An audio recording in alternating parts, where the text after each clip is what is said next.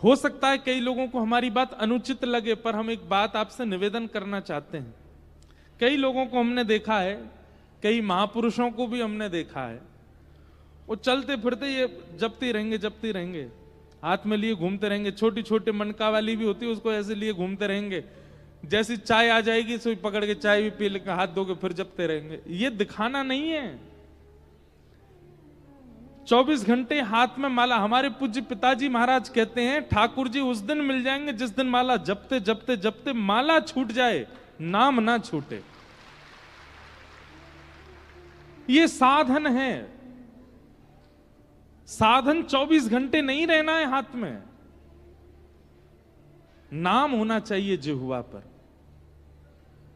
इसके बिना अगर नाम प्रकट नहीं होता है तो कहीं ना कहीं आपकी भक्ति में चूक है। आपको जरूरत पड़ती है, एक साधन मिलेगा तो ही आप नाम जप कर पाओगे।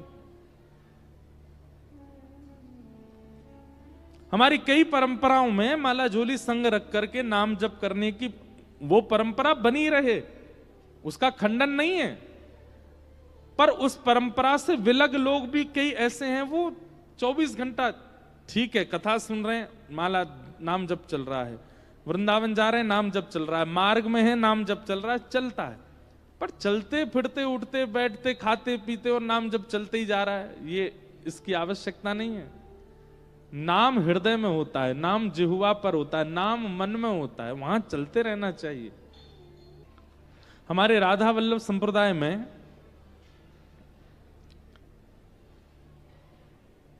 सेवक जी महाराज हुए। सेवक जी महाराज, बहुत ध्यानपूर्वक सुनिएगा।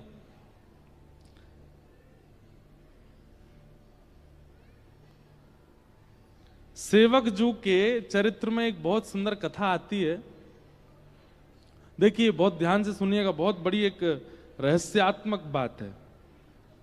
हमने लिख रखी है एक जगह, इसलिए हम वहीं से देख के बताएंगे।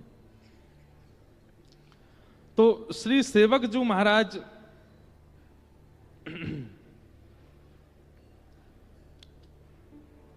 जिनका पूर्व नाम था दामोदर दास जी। क्या नाम था?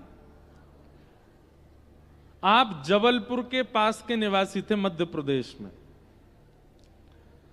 तो आपके एक मित्र थे चतुर्भुज दास और आपका नाम था दामोदर दास। तो एक दिन की बात है कि श्री सेवक जी नाम उनका बाद में पड़ा, पहले इनका नाम दामोदर दास था। तो दामोदर दास जी, चतुर्भुज दास जी, उन दोनों का सत्संग के प्रति, भक्ति के प्रति, भजन के प्रति पहले से ही बहुत रुझान था। तो कभी भी नगर में कोई संत आते थे, महापुरुषों की टोली आती थी, तो ये दोनों जरूर जाते थे और जाकर के उनके मध्य बैठ करके कुछ चर्चा सुनते थे, उनकी सेवा करते थे।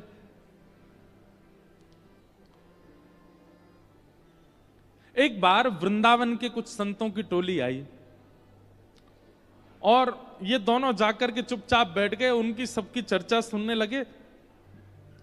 तभी उन महापुरुषों ने ऐसे निकुंज रस का भाव कहा। निकुंज रस किसको कहते हैं?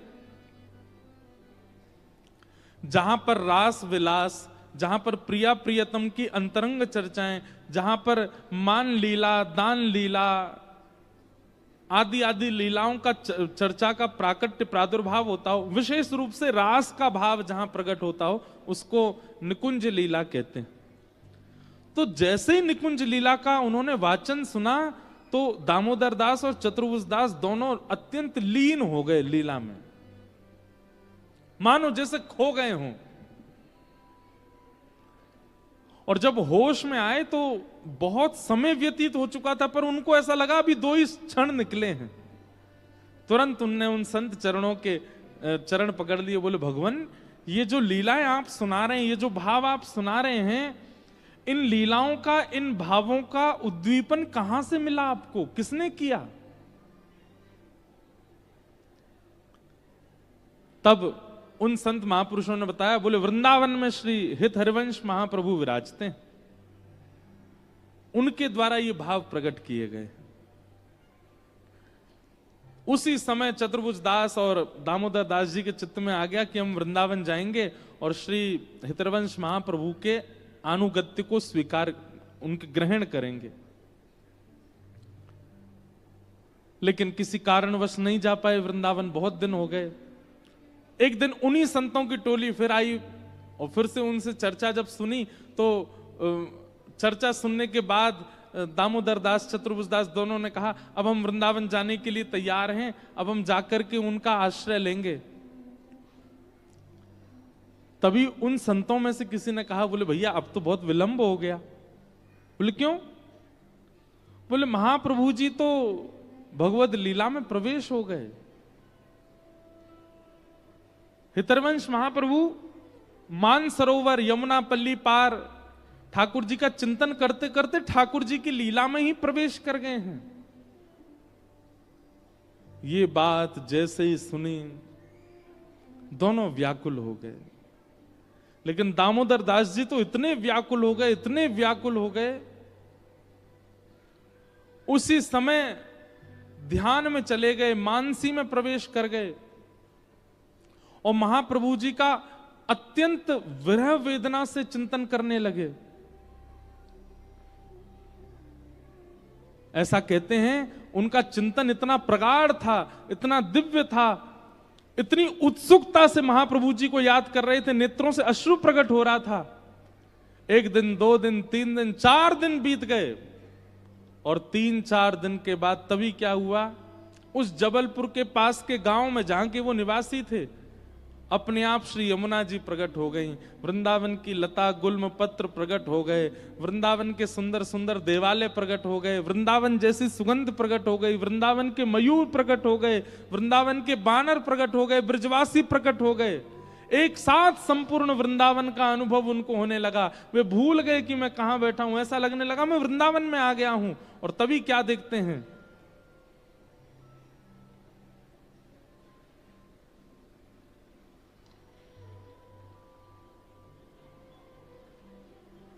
बिस्कुट आए हैं, चाय भी आ गई, बिस्कुट भी आ गए।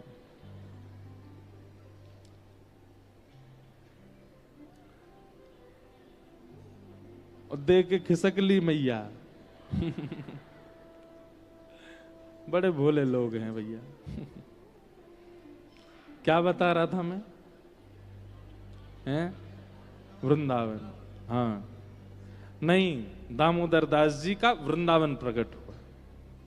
ऐसे हम भूल जाते हैं कथा। अब मेरे मुंह में पानी आ गया कि मैं बिस्किट खाऊं।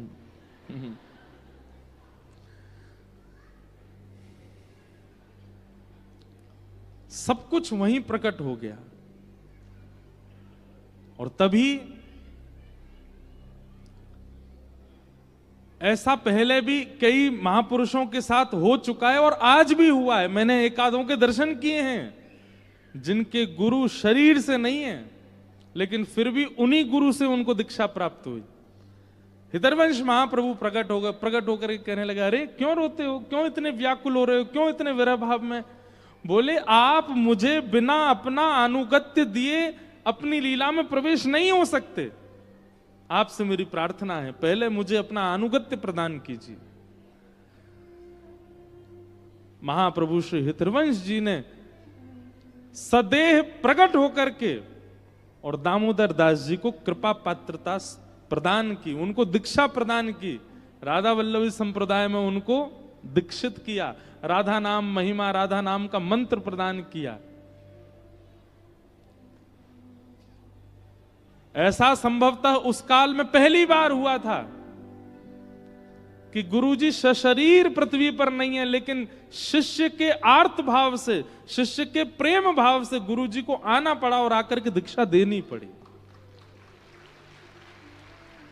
और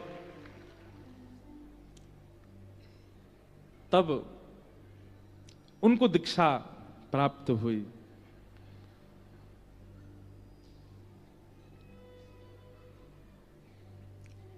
तब उन्होंने महाप्रभु जी के वर्णन में सेवक वाणी का संकलन किया।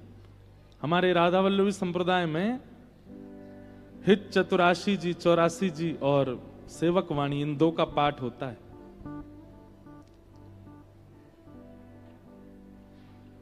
सेवक जी के इस पूरे महत्व को जब श्री वृंदावन में हितरवंश महाप्रभु के पुत्र वनचंद्र जी ने जब सुना तो वनचंद्र जी ने संकल्प लिया कि जब सेवक जी वृंदावन आएंगे तो मैं खूब सारे रत्न, खूब सारे आभूषण, खूब सारे, जैसे नंदोत्सव पर रत्न लुटाए गए थे ऐसे लुटाऊंगा जिस दिन सेवक जी आएंगे। इतनी सुंदर लीला है, मुझे आज अचानक याद आ गई है। सेवक जी जब पहली बार वृंदावन आए तो कैसी लीला घटी। श्री राधा वल्लभ लाल जी खड़े थे और वनचंद्र जी उनकी सेवा श्रृंगार कर रहे थे, आरती कर रहे थे। तो सेवक जी जब वृंदावन आए तो सेवक जी ऐसा रूप धारण करके आए, रज आदि लगा करके, बिल्कुल सामान्य से वस्त्र धारण करके कि कोई पहचान ना ले, क्योंकि उनको पता चल गया था कि वृंदावन में ऐसी घोषणा हुई है जिस दिन मैं वृंदावन जाऊंगा उस दिन राधा वल्लभ जी के रत्न कोष से रत्न लुटाए जाएंगे।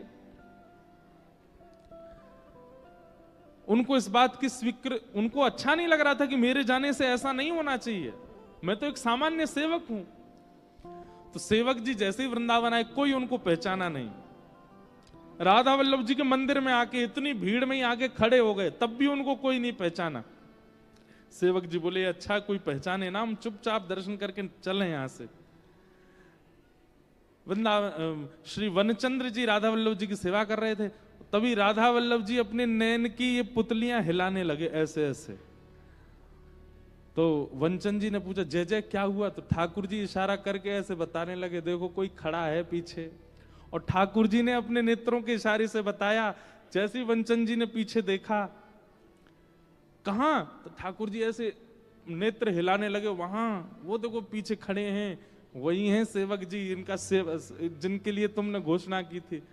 तुरंत वनचंद्र जी गए, जाकर के सेवक जी को हृदय से लगा। सेवक जी बोले आप मुझे कैसे पहचान गए? तब वनचंद जी के नेत्र सजल हो गए, बोले कि भैया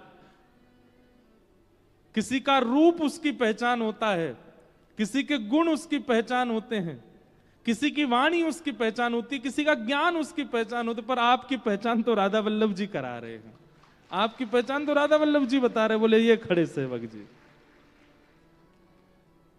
ऐसे श्री सेवक जी हुए। और फिर सेवक जी ने कहा देखिए मैंने सुना है कि आपने घोषणा की थी कि मेरे आने पर आप राधा वल्लभ जी के रत्न कोष को लुटाएंगे।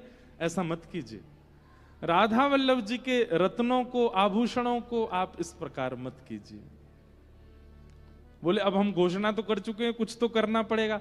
बोले ठाकुर जी पर चढ़े हुए आभूषणों को मत कीजिए, मैं कोई इतना बड़ा व्यक्ति नहीं हूं, मैं कोई ऐसा नहीं हूं मेरे लिए आप ये करें। हाँ आपने अगर घोषणा कर दी है तो फिर इसके प्रति कोई और लड्डू लुटा दीजिए आदि। तो बोले नहीं नहीं रत्न ही लुटाने हैं।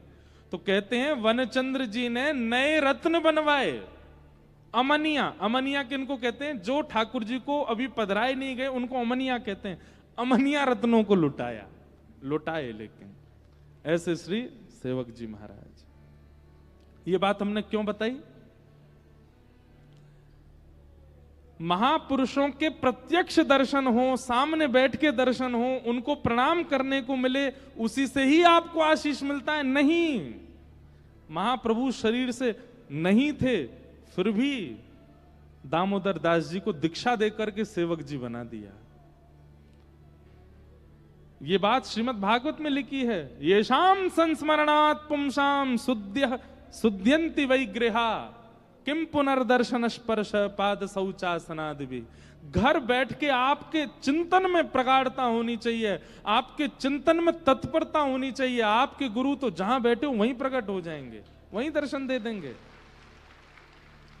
चाहे आपके स्वप्न में दर्शन दें, चाहे आपके अनुभव में दर्शन दें। कई लोग हमसे कहते हैं आप दीक्षा क्यों नहीं दे रहे हमको? हम सोचते तो हैं कि हम देंगे, पर हमको बहुत डर लगता है गुरु बनने में। हमको लगता है हम कथा वक्ता ही ठीक हैं। अब कई बालक हमको पता आरोप भी लगाते हैं